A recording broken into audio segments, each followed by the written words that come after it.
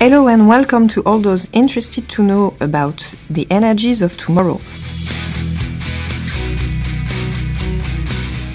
Today we are airing the first episode in a series on CCUS. We hear more and more about CCUS in the context of the environmental crisis and because of the need to decarbonize industry. Our first guest, Florence Delprat-Jannaud, Chairwoman of the Club CO2 and CO2 coordinator at IFPEN, kindly joins us to illustrate the challenges industry is facing. Hello, Florence. Hello. To begin with, Florence, could you please remind us what the acronym CCUS stands for and explain why these technologies are now coming back to take the center stage? CCUS stands for Carbon Capture, Utilization and Storage.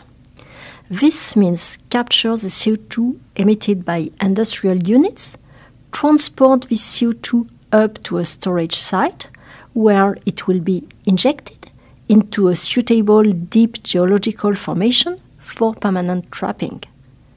If not stored, the CO2 can also be used as a resource to make products such as fuels. Carbon capture and storage is now back on the agenda because of public awareness of climate urgency. All scenarios towards carbon neutrality include CCUS in their portfolio of decarbonization solutions.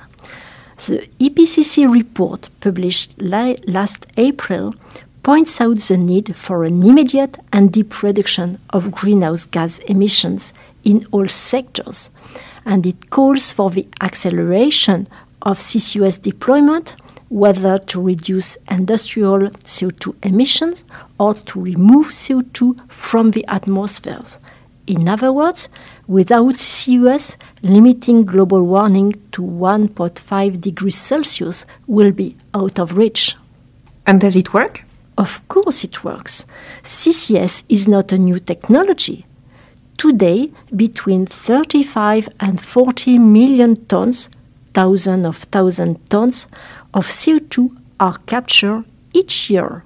Another example, Equinor has been injected around 1 million tons of CO2 per year for more than 20 years into a deep geological formation in Norway. There are actually close to 35 large-scale CCUS units that are in operation all over the world, capturing CO2 on power plants, coal plants, gas power plants, as well as industry facilities, steel mills, cement works, chemical industries, and so on. So yes, CCUS is definitely a technology that works. How do you answer those who question CCUS with respect to other solutions such as energy efficiency or renewable energies? First of all, we are today faced with an urgent need to reduce greenhouse gas emissions, and we have a portfolio of solutions. So our objective is to deploy this solution in parallel and not to oppose them. We just do not have time. We must advance on sobriety, energy efficiency, we must go on with the development of renewable energies, we must develop when possible, industrial processes that emit less CO2, and we also must capture and store CO2 from flue gas when there is no other alternative. We must deploy these solutions where and when they are needed, and CO2 capture and storage is one of these solutions, a solution that could represent between 10% and 15% of the efforts to achieve carbon neutrality. But there's still some way to go, isn't there? These technologies are still in development and their cost is a real challenge. Can you tell a little bit more about that? Between 35 and 40 million tons of CO2 captured and stored per year, that's nice. But that's also far from enough. We need to capture and store 50 or even 100 times more CO2 in 2035. And 2035, it is tomorrow. And this is a real challenge, a challenge that can be met, but only if we accelerate the deployment of CCS now. So the cost of technology, yes, this is an issue. And we are working on reducing energy penalty, on lowering the cost at IFPEN. But doing something has always a cost, and you also must be aware that doing nothing has also a cost for society. Adaptation to climate change, mitigation of the consequence of climate change, this has a cost, and this cost will be higher than those of implementing decarbonization technologies. But the cost is not the only challenge.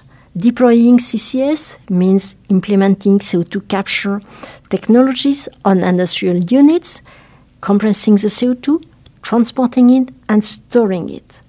And the major issue is the availability of all these infrastructures at the same time, at the right place. And all these facilities are lacking today. So this is why at IFP Energy Nouvelle we are working on the whole chain. And we're also working on scenarios for the deployment of CCUS, scenarios at the scale of a territory, at the scale of France, at the scale of Europe, to ensure that the required facilities will be available when and where it is needed. Thank you very much, Florence, for joining us today. If you are interested to know about the energies of tomorrow, and if you enjoyed this episode, go ahead and listen to the next ones for a full panorama of CCUS from our IFPEN experts in the field.